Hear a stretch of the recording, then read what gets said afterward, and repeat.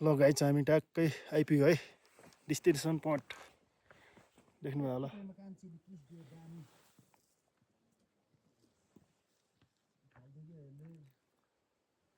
कति छ तिलीचु लेक 49,000 4919 metre 4919 metre छ है तिलीचु लेक माथि पनि मेहनत गरेर पसल खोलेको रहेछ सब पसलमा केही सामान किन्न भनेर आएको त हेर्नुस् त ड्याममै धाग्दैछ भौलाएर किन्न आएको केही छैन ए झ्यालभन्दा माथि पुग्यो गाइस तिलीचु लेकमा त माथि पुरा बरफ जमेर यस्तो भएको छ हेर्नु ड्याममै पऱ्यो ओ माथिसम्म सबै तिलीचु लेक है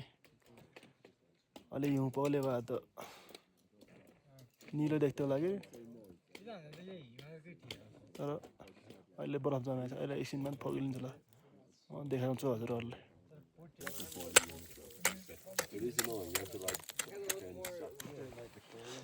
गाइस यस्तै छ आइपुग्यो हिउँ छ कि अन्त आएर पनि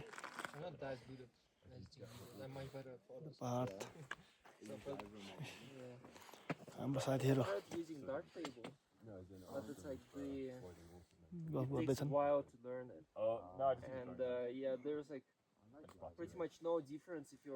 हामी त यहाँसम्म आइपुग्यो होइन भन्छ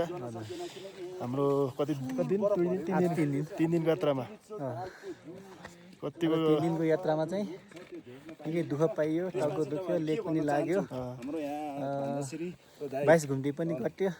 साह्रो सबै तपाईको यो तिलीचुताल आइपुगेर तपाईको तिलीचुताल आइपुग्यो तर एकदम एक्सप्रेसन के रह्यो वरिपरि राम्रो छ यो